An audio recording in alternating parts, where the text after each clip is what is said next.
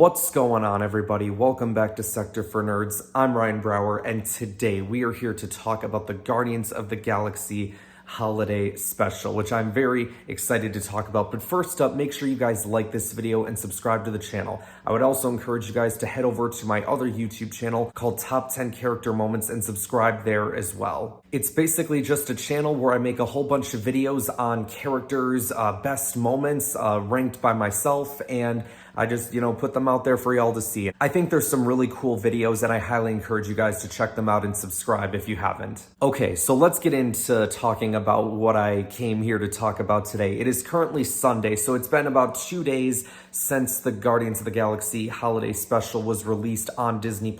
This will probably go up on a Monday. I've had a couple days to sort of collect my thoughts. I've been really busy, so that's why it's been a bit since I'm able to record it. But I've been waiting to do this, you guys, because it's I have so many thoughts, emotions, and feelings towards this, and I really want to dive into it. Going into this, I was like, okay, this is going to be something that, and I was speaking with a friend of mine about this, that I don't think it was necessarily going to be that important in terms of the larger bit of the MCU, but it was going to be something that would make us all laugh and it would be super funny. Little did I know that they were just going to drop this massive bombshell in the episode itself. And just, there will be spoilers. So if you haven't seen it, then spoilers are going to be present. Here's your chance to get off, to go and watch it. When they revealed the big bombshell that Mantis ate all the Zarg nuts. No, I'm just kidding. When they revealed that Mantis was Peter's sister, everything about this episode, all of my perceived notions about what this episode was going to be completely changed in a heartbeat. Because in the trailer, it's looking like, okay, we want to give Peter a really good Christmas, but now it's more the story of Mantis, who we now know is Peter's sister. It's I want to, in Mantis's mind, it's, I want to do something for my brother, because Yondu, we get that animated backstory at the beginning, which I thought was really cool. And Yondu, throwing away the presents and be I hate Christmas, get this crap out of here.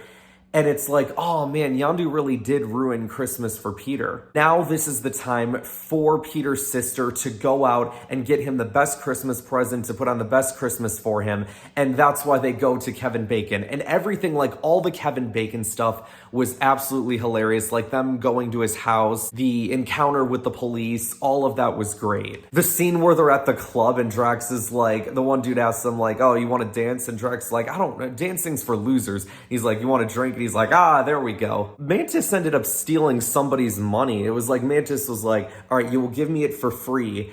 And then she's and you'll take all your money. What was it? Like a brochure or whatever that would lead them to Kevin Bacon's house. And then along the way, they would pass other actors' houses, and they'd have pictures of their faces on there. John Cena was one of them. I thought that was funny. I'm sure there's probably a lot of people this is we are witnessing a bunch of crimes here. They're going to get they're going to go abduct Kevin Bacon. And I'm just sitting there yeah, no, go capture Kevin Bacon, get him as a present for Peter. Not realizing yeah, okay, they're committing so many different crimes on so many levels right now. Mantis uses her powers on him, so he's, totally cool now with everything that's going on. And then they're asking him, what was it like to, the dance off to save the universe? And he's oh, that was just a role of a character I played. And they ask him a couple questions, and they're oh my gosh, he's an actor. And they're all completely disgusted by it. And they're you have to pretend that you're a real hero and that you don't suck. Oh yeah, when Kevin Bacon starts pretending to act, he's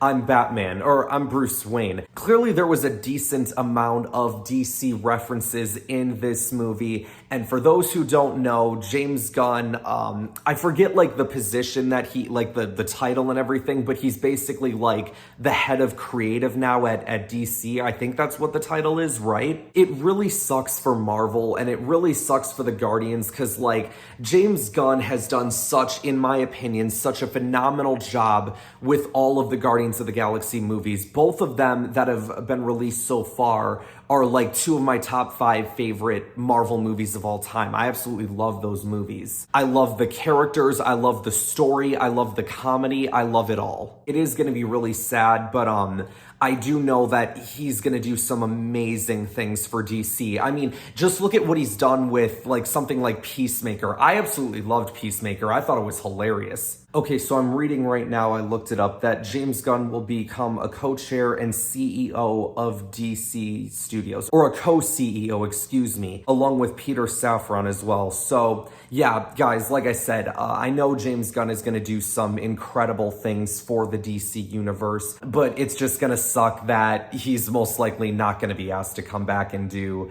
anything else Marvel related, which really stinks, because like I said, I love the Guardians stories, and if they end up doing another Guardians past like Guardians 3, like what do you do? Plus, didn't Batista say as well, like after the 3rd movie he was gonna be done? All right, I feel like we're going off on too much of a tangent. Let's get back to the story here. The final 15 minutes of this story is like the bit that I enjoyed the most. And I've actually gone back and watched like those, like I've said I've watched the episode I think twice now, but I've gone back and watched that like final 15 minutes of the episode like 5 or 6 times now. That's how much I love it. If y'all saw my post that I put up on the channel, and I talked about like this made me happy, it made me emotional, it made me cry.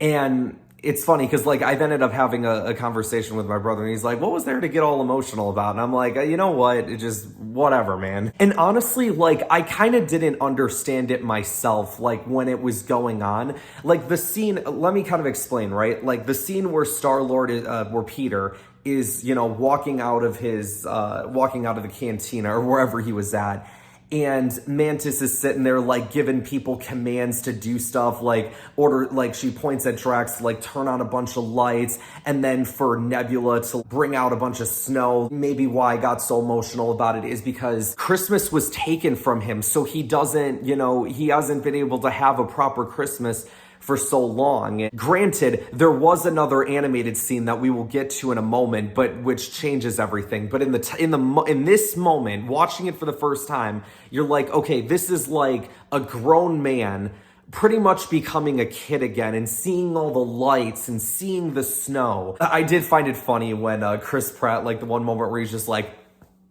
I don't know, I just got a genuine kick out of that. And then Mantis walks out and she's like, Merry Christmas, Peter, from me, from Drax, and from, well, all of us. And just like all the people come out in celebration. They wheel out a Christmas present. And like, it was during all of this, like this entire scene is where like I was getting a little emotional.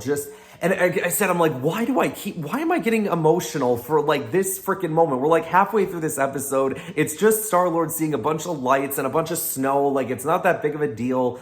But I don't know, man. It was just something about that moment, and the music as well. I think the music was another driving factor as well. Like the song they were playing during this was such a beautiful piece of music. And like they say sometimes, right, that like music is what, like 90% of the story or something like that. So you mix like the emotion of what Peter's going through right now, seeing the snow, seeing the lights, the music that's playing in the background. Mantis wants to do something for Peter. I will also mind you as well, the reason why Mantis hasn't said anything to Peter, and this was something that only Drax knew about. She said that every time that Peter looks at her, he doesn't want her to be reminded of their father, because their father killed Peter's mother, and their father also tried to kill Peter. So Mantis doesn't want him to be reminded of that every time that he sees her. And that's where I said like everything in this episode then changes for me, because then I'm like, all right, I'm waiting for the reveal now. Like, when does Peter find out? Or does he find out? Maybe he doesn't, which at that point I'm like, all right, come on, you gotta do something. You gotta pay this off here, right? And this to me was the start of that payoff, and just like giving Peter that Christmas moment. And at this point too, I'm like, everything is going so well until it didn't. Groot wheels out the Christmas present. At this point, Peter is still happy. He starts walking towards the present. And then you start seeing the present shake and you hear someone inside saying like, I can't breathe. And Peter's smile disappears and he's like, what's going on here? And he opens up the present and inside is Kevin Bacon. I thought Drax's line was absolutely hilarious where he's like, it's Kevin Bacon. No, he's not a loser. He's great. We don't hate him at all. I laughed so hard when I heard that first time around. Which, by the way, that also then leads me to believe like, okay, how was Drax able to keep the secret of Mantis being Quill's sister? Because I feel like Drax is just one of those guys that's just terrible at keeping secrets. Like, look at the whole thing in Guardians 2 with the batteries, right? Where he's like, Rocket didn't steal they're not upset because Rocket stole their batteries. And then here he's like, oh, Kevin Bacon, yeah, no, he's great. We don't hate him at all. And it's like, could you not make it more obvious? So then obviously Peter gets very upset, right? And he tells Mantis to, bring him back, let him be his real self.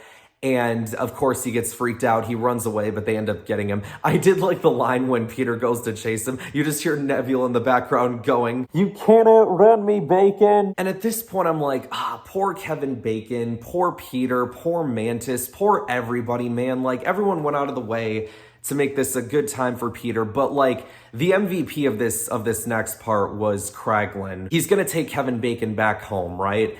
And he's like, look, at the end of the day, they only wanted to do this because of how much you mean to Peter. He's like, you saved a town through dancing, and that inspired Peter.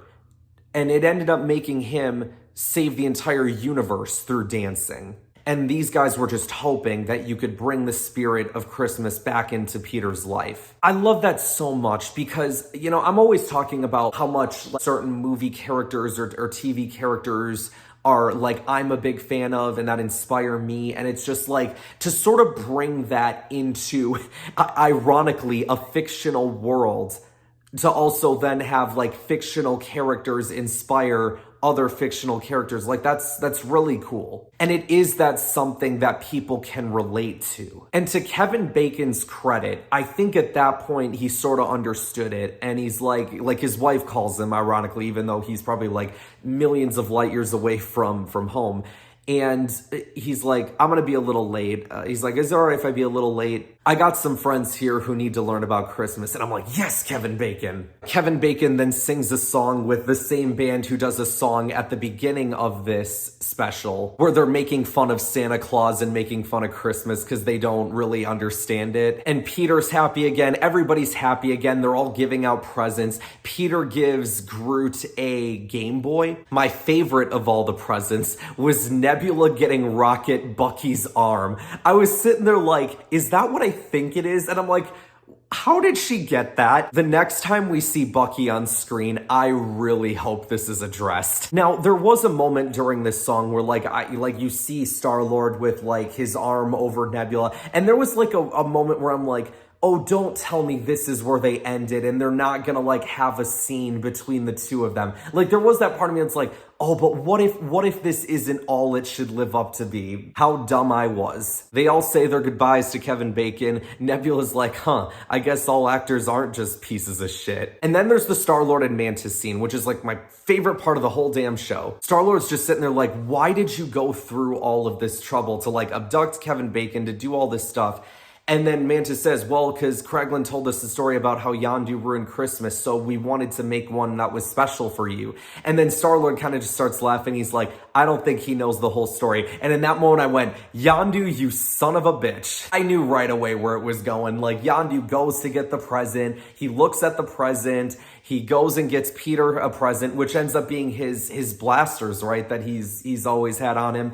And I'm just like, all right, that's cool, Yondu. I knew you had some like level of goodness in you to do something like that. Mantis was like, that was so sweet. And Star-Lord's like, yeah, that's Yondu. And there was a moment I'm like, man, I wish Yondu was still with us, man. It's like they keep doing all this like going backwards and talking about Yondu or bringing him into What If. And I'm just like, man, I wish this dude was still around. And this was part number 2 where I got emotional. And this is the part where I got even more emotional than the other scene that we were talking about with all the lights and the snow and everything. And I think the reason why I enjoyed this so much is because you could look at a scene like this, right, and almost remind you of like, oh, this is like a guy telling a girl how he feels, a girl telling a guy, oh, I like you. How many times have we seen that played out over television, over cinema? And like, I'm not saying that there's a problem with it, but it's like, there's something different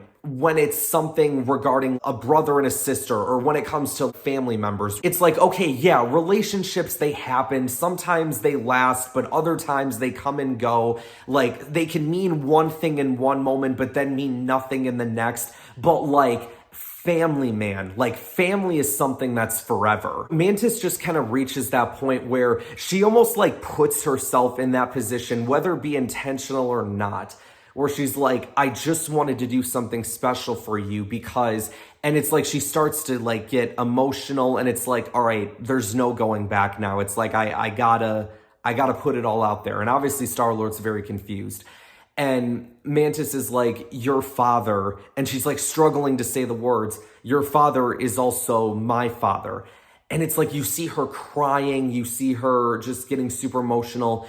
And it's like, you see her take like this breath after. And it's like funny because like I'm sitting there like starting to get emotional too. And I'm just like, you know, and like tears are falling down my face. And I have like that same exhale that she does. And it's sort of like that moment of like, okay, I just put it all out there. And it's like, whatever happens from here happens, right? Like I've done my part.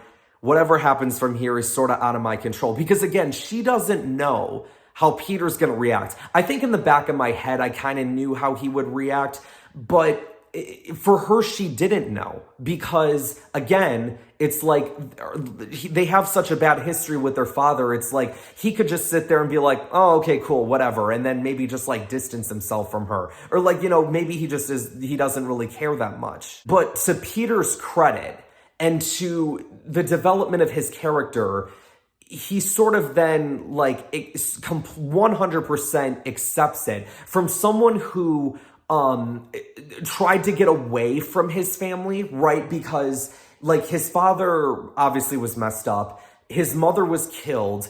He's completely distanced himself from Earth and any family that he may have there, because like he wants to not be reminded of his past. But in that same token, right, in terms of his blood relatives, like he's lost his father, he's lost his mother. Knowing that he has a sister out there and someone that I think he already considers family, because he considers the Guardians family. And like, that's the thing as well, right? Like friends can be family. Like family doesn't necessarily have to be blood related, but that's why I say like family lasts forever, because the people that you consider close to you, man, like that's, you know, there will be plenty of people that come and go in your life. But when it comes to the people that stick around, like to me, like that's family. Peter then realizing that he has a blood relative still there and someone that he is close to. Now, granted, I don't think we've really seen much like character interaction before this between Star-Lord and Mantis, because I always feel like when it comes to the other movies, and this is like not a knock on Mantis, but just like the writing that she's been given, she's very much felt like just like the comedy role with Drax. Apart from Guardians 2, where like there was some stuff there with like ego and you know, some stuff there. But apart from that, it's mostly just been comedy stuff with Drax.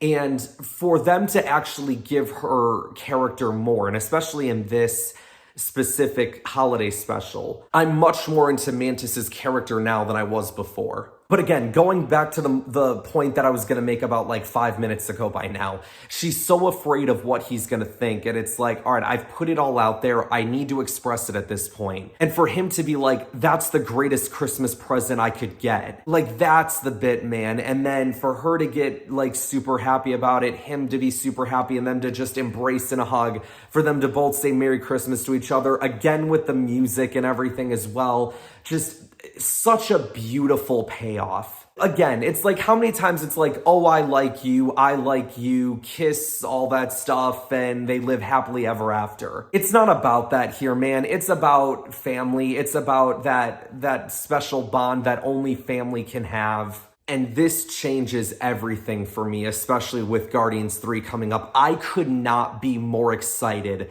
for Guardians 3, you guys. Like, that's probably gonna be like my most anticipated movie of 2023 at this point. And I'm so curious where they're gonna take the story and how they further the progression of Star-Lord and Mantis, because I like good character development, you guys, especially when it comes to characters that I'm invested in and stories that I'm invested in, such as the Guardians of the Galaxy. You know what this reminds me of when it comes to this whole like brother-sister thing? It's very much in Return of the Jedi with Luke and Leia, like that scene that they have with each other where Luke reveals that the two of them are brother and sister. That's one of my favorite scenes in that movie, outside of all the other like incredible action scenes and stuff. Like, as far as like story and character development, that was probably like my favorite part of the movie, I guess, apart from like the Vader like taking off the mask and stuff. But like Luke and Leia, that's one of my favorite scenes in that movie, because it's like,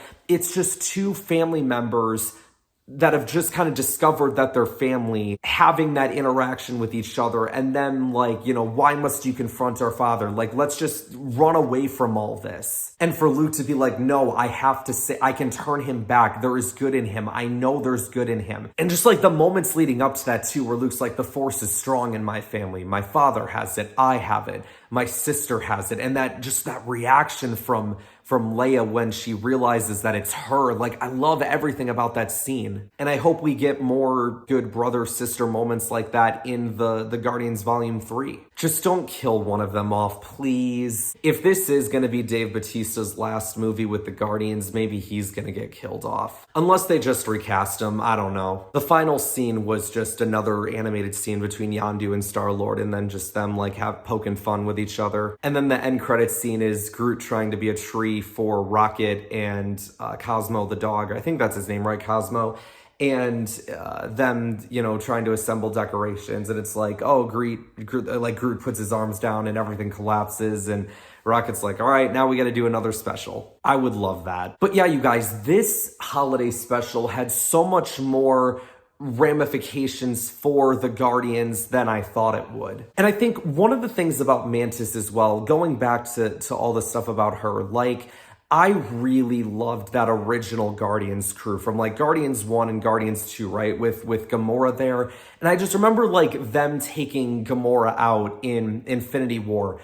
And obviously I was very sad about it, but I'm also like really confused. And I'm just like, oh, why would you do that? Like, they had such a good thing going with the Guardians. And it's like, I feel like there was a certain like family aspect to the Guardians that I really, really loved. And it's like that family aspect, I think, is what connects me so well to a show like Star Wars Rebels, where it's so much about family. And then for like Nebula to join and for Mantis to join, and we're collecting all these people to join the Guardians. And then Gamora ends up getting taken away. And then as I sat there watching like Thor Love and Thunder, I'm like, okay, it's cool seeing the Guardians here. But then there was a part of me that's like, something just feels off and just feels different. It's like he's sitting there saying like, you know, whenever you feel lost, just look into the eyes of the people that you love. And obviously, you know, there is still that family aspect to them. But like, maybe it was something that I was struggling to see. But like, this holiday special completely turned that around for me. Yeah, guys, I don't think I have really anything else to say about it. I feel like I've been talking for a while here. It's just, this was really cool. And I really loved this. I don't know if this is considered like phase 4 or phase 5, but this was like my favorite thing of phase 4, if this is the end of phase 4. And this is by far the best thing that they've done in phase 4. This was incredible. It was a feel-good story, and it got me feeling a bunch of ways here, and it was really cool. That's going to wrap us up for today, you guys. Make sure you guys like this video, subscribe to the channel, share this video with others to help support the channel, and I will see you guys next time.